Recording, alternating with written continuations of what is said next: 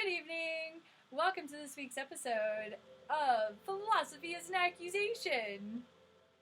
That is a term that I am taking from the Stoics, in case you're wondering. They believed that philosophy should be done in town centers, where everybody could see them.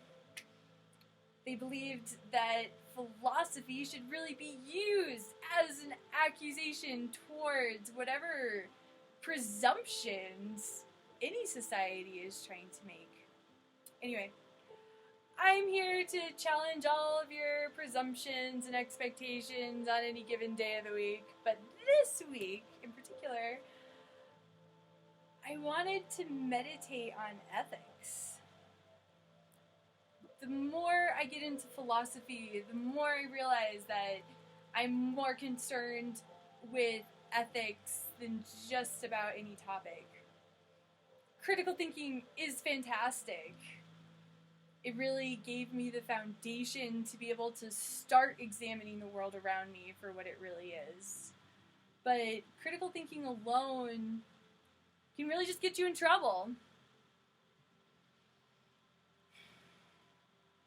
You have to sit back and think about why you should be doing the right thing and what the right thing is. Where does that even come from?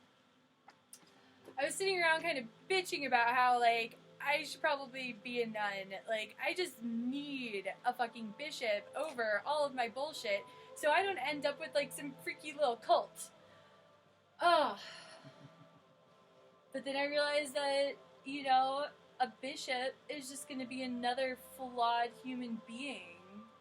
And I can't just take for granted that they know the right answers. I still have to do the hard work and look inside of myself to get any of those answers if I want to be honest with myself when I say that I'm a good person every day. And I think one of the hardest parts about life for anyone is this process of learning to be honest with ourselves. I was sitting around complaining about how I needed practical ethics up on my bullshit. I really should have just been sitting around doing my Buddhist philosophy homework. Siddhartha is a remarkable philosopher. He really breaks down Buddhism in a way that logically follows, and I certainly needed that. He says, a certain kind of moral training is a necessary prerequisite for attaining the kinds of insights that lead to nirvana. The virtue of honesty, for instance, will make us more likely to accept the truth about ourselves, and the virtue of habitually refraining from taking what is not ours will help us diminish our desire for possessions. So,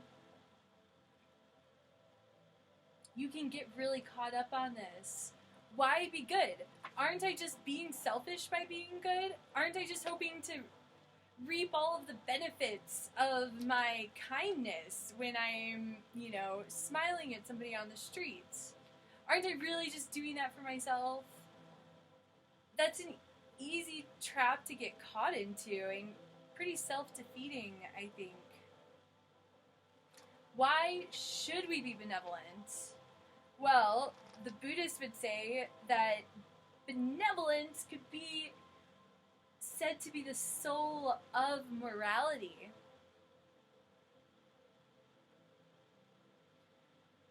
And it's not because if we're nice to others, good things can happen to us in return. It isn't like karma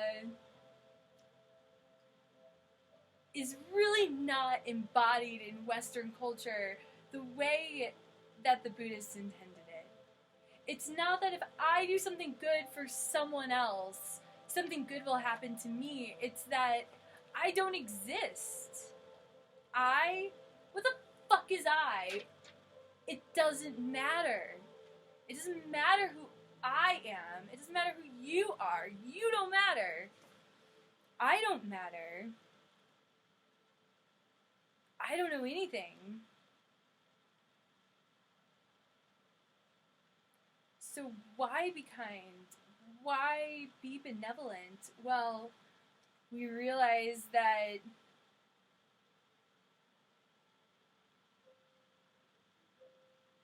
if I don't exist,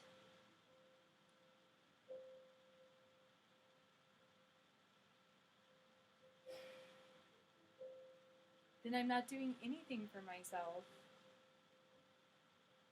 If I don't exist, then I am just here to make the world a bit better and more beautiful because I've lived in it.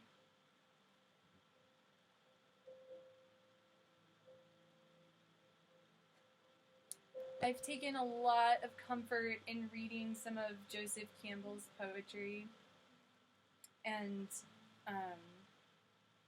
I'll read a little more because I think it's an appropriate devotional. The separateness apparent in the world is secondary. Beyond that world of opposites is an unseen but experience unity and identity in us all. Today the planet is the only proper in-group. You must return with the bliss and integrate it. The return is seeing the radiance everywhere. Do not seek illumination unless you seek it as a man whose hair is on fire seeks a pond. If you want the whole thing, the gods will give it to you, but you must be ready for it. The goal is to live with godlike composure on the full rush of energy, like Dionysus riding the leopard without being torn to pieces. A bit of advice given to a young Native American at the time of his initiation. As you go the way of life, you will see a great chasm. Jump. It's not as wide as you think.